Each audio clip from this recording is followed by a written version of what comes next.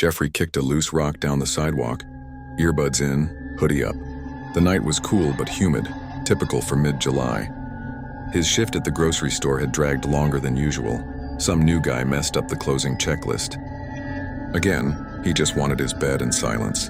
A rustle, he paused. Pulled one earbud out. Nothing, just trees swaying.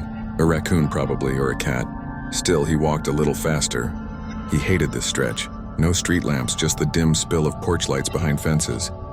Every sound felt amplified, like the night was leaning in. Then he heard it again. A scrape, a whisper. He turned, empty sidewalk. Shadows. Get a grip, he muttered. Shoved the bud back in and kept walking. But his gut was crawling. The shortcut home cut through a narrow alley between two garages. He knew it was sketchy, but it saved 3 whole minutes. And he'd taken it 100 times. This time he didn't make it halfway before he froze. Figures. 4 of them. Shadows that didn't match the light. Moving wrong, Jeffrey backed up slowly. One hissed, a wet bone-deep sound. He ran too slow. Something slammed him into the brick wall. He felt his breath leave his body like a punch to the soul. And then, a burst of fire, blue and fast. The shadow screamed. He blinked through pain. A figure stepped over him. Boots, long coat, glowing hands, her. She moved like a dancer or a predator. Fire coiled from her fingers like living snakes. She destroyed the shadow things in seconds, then turned, eyes locked. "Found you," she said. He tried to speak, to ask, but her palm met his forehead. Blackness.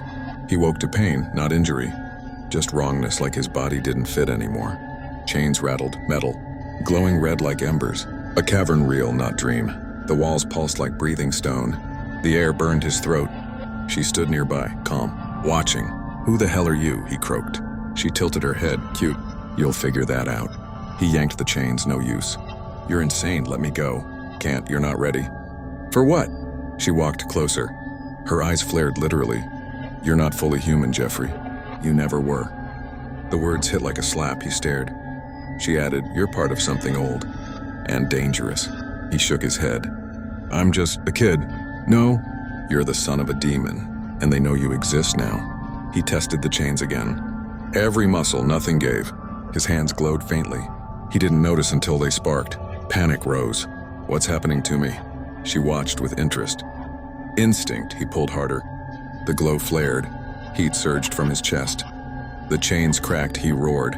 Power he didn't understand exploded outward, and she was there, calm. She lifted one hand. A circle of flame absorbed the blast. He collapsed, gasping. She knelt. "You're waking up. Faster than I thought." "What do you want from me?" Her smile was not kind. "To keep you alive, that's step 1. They walked later, through a world he couldn't name. Skies like cracked obsidian, mountains that whispered, rivers of light and ash. She explained as they moved. "This is where your kind come from. Half-bloods are rare, most are killed. Why? Because you scare them."